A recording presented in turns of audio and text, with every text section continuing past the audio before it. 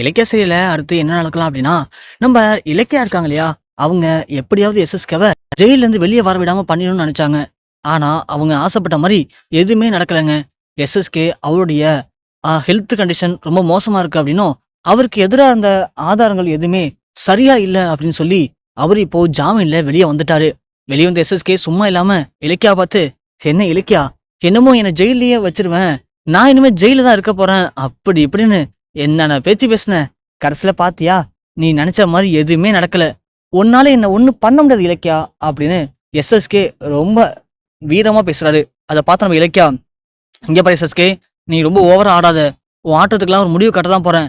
என்கிட்ட நீ பண்ண எல்லா தப்புக்கான ஆதாரம் இருக்கு. ஆனா கடைசி நேரத்துல எங்களுடைய வக்கீல் சொதப்பிட்டாங்க. அவங்க மட்டும் வந்திருந்தாங்கன்னு வச்சுக்கயேன், அதுக்கப்புறம் நீ கண்டிப்பா தப்பிச்சிருக்கவே முடியாது. அவங்கள்ட்ட நீ பண்ண எல்லா தப்புக்கான ஆதாரமும் இருக்கு எஸ்எஸ்கே. அதான் தெரியுமே இலக்கியா, உன் வக்கீல்ட்ட இருக்குன்னு. அதனால தான் உன் வக்கீல வாய கட்டி போட்டு என் இடத்துல வச்சிருக்கேன் அப்படின்னு சொன்னதும், நம்ம கௌதம் இலக்கியம் அப்படியே ஷாக் ஆகுறாங்க. எஸ்எஸ்கே என்ன சொல்ற? தாட்சாயினி, அவங்க உன்கிட்ட ஒரு வீடியோ காட்டினான்னு சொன்னியே, நான் வந்து ஜெயில்ல பாத்திரம் கழுவுற வீடியோவா? ஓ, என்ன அசிங்கப்படுத்துறத அந்த இலக்கியா உன்கிட்ட சொல்லி எப்படி சந்தோஷப்பட்டா? அந்த இலக்கியாவுக்கு நீ காட்டு தாட்சாயினி ஒரு குறும்படத்தை அப்படின்னு எஸ்எஸ்கே நக்கலா சொல்ல, நம்ம இலக்கியாவும் என்ன வீடியோவா இருக்கும் அது அப்படின்னு ஷாக் ஆகி பாக்குறாங்க. இலக்கியாவுக்கும் கௌதமுக்கும் உண்மையிலே அது மிகப்பெரிய அதிர்ச்சி தான். ஏன்னா, நம்ம வக்கீலமா இருக்காங்க இல்லையா, அவங்கள நம்ம எஸ்எஸ்கே வாயை கட்டி போட்டு ஒரு இடத்துல அடைச்சு வச்சிருக்காரு. அதை பார்த்தோன்னே இலக்கியாவும் கௌதமும் செம அதிர்ச்சி வராங்க. எஸ்எஸ்கே, நீ என்ன பண்ணிருக்க தெரியுதா? நீ தப்பு மேல் தப்பு பண்ணிட்டு இருக்க எஸ்எஸ்கே.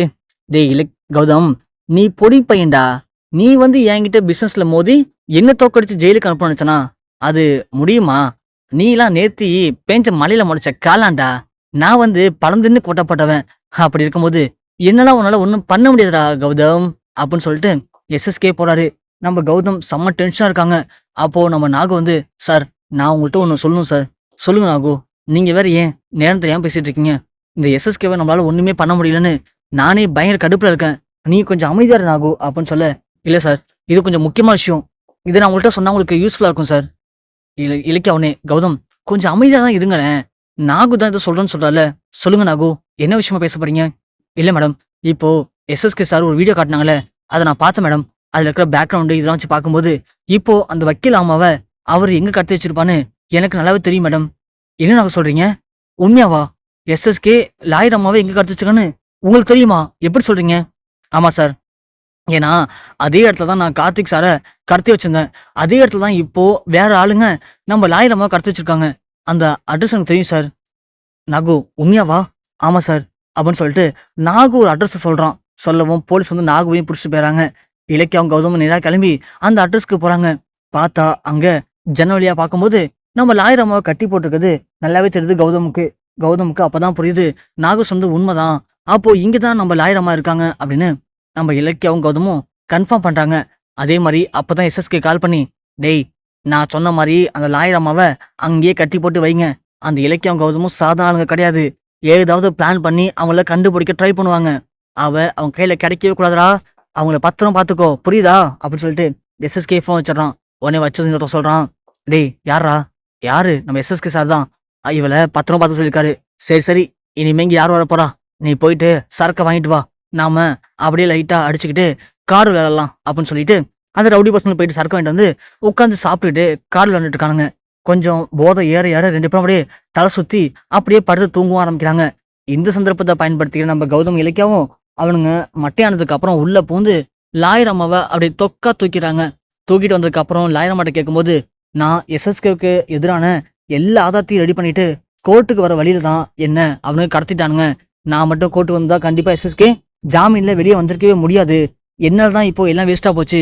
என்ன மன்னிச்சிரு கௌதம் அப்படின்னு கௌதம் மட்டும் இலக்கியாட்டியும் மன்னிப்பு கேட்கறாங்க லாயர் அம்மா.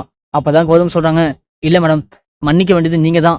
நாங்க மட்டும் உங்களை இந்த கேஸ்ல இழுத்து விடாம இருந்தா உங்களுக்கு இது தேவையில்லாத விஷயம் தானே. நீங்க கொஞ்சம் சேஃபா இருந்திருக்கலாம். எங்களுக்கு ஹெல்ப் பண்ண போயிட்டு பாருங்க, நீங்க இன்னைக்கு இவ்வளவு பெரிய ஆபத்துல மாட்டிக்கிட்டீங்க அப்படின்னு சொல்ல லாயரமா சொல்றாங்க, இல்ல கௌதம், அவன் ஏமலே கை வச்சிட்டான். இதுக்கப்புறம் அவன் சும்மா விட போறது இல்ல. நீங்களே அவன் சும்மா விட்டாலும் நான் சும்மா விட மாட்டேன்.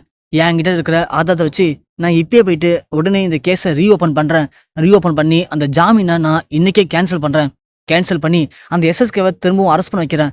அரெஸ்ட் பண்ண வச்சு அவன் பண்ண எல்லா குற்றத்தையும் நிறுத்தி அவனை கண்டிப்பா ஜெயில தள்ளாம நான் விட மாட்டேன் கௌதம் அப்படின்னு லாயரம்மா கிளம்பி பயங்கர கோவத்தோட போறாங்க. இலக்கியா உடனே, பாத்தீங்களா கௌதம், நம்மளே அமைதியா இருந்தாலும் நியாயம் நம்ம பக்கம் தான் இருக்குன்னு எல்லாருமே சொல்றாங்க கௌதம். கண்டிப்பா அந்த எஸ்எஸ்கே ஜெயிலுக்கு போக தான் போறாரு. விடுங்க, அணைய போற தீபம் தான் பிரகாசமா எரியும்னு சொல்லுவாங்கல்ல, அந்த மாதிரி தான்.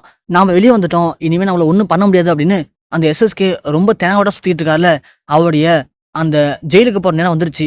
அவர் சந்தோஷத்துக்குலாம் ஒரு முடிவு கட்ட போறாங்க நம்ம லாயரம்மா. விடுங்க கௌதம் அப்படின்னு இலக்கியா கௌதம சமாதானமும் படுத்துறாங்க.